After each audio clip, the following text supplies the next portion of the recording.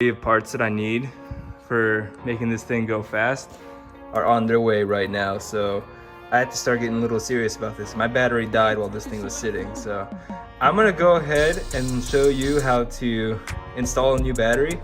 Not so much how to remove it. There's plenty of videos on YouTube about that, but there's like a special process that we have to do once we install a new battery. So let's begin. Again, this is gonna be a way to save you money, and it's gonna work if you have MHD. And I'm not going to be going ahead and buying another one of these batteries. I want to go ahead and go to my like O'Reilly's or AutoZone, one of my little local auto shop places, and get one of those batteries instead. Okay, so for this process, we're going to have to get the exact same kind of battery. So there's two types of batteries. There's AGM and there's lead acid.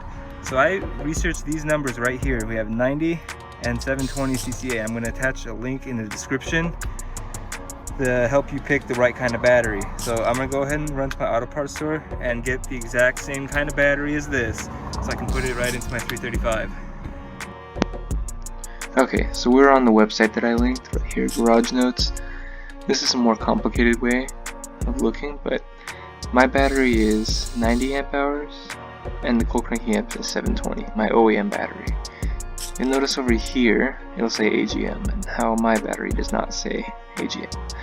But the easy way to look for your battery is find your sedan or saloon, find your model, and mine is right here, 335i, 90 amp, 720, not an AGM, so lead acid.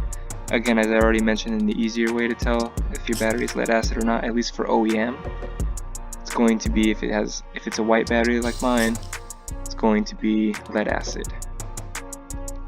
Okay, so all that really matters is not so much the cold cranking amps, because I got this one right here, 825. It just matters that you get lead acid or the alternative.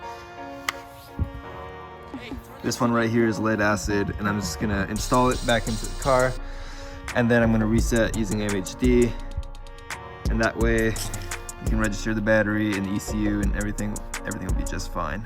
If you don't do it this way, you're gonna have a little bit of issues, and if you're going to be running tuned anything or a bunch of aftermarket parts, you want to have everything go smoothly.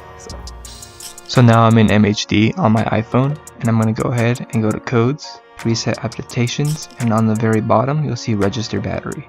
You're going to tap on that, and that's it. That's seriously it.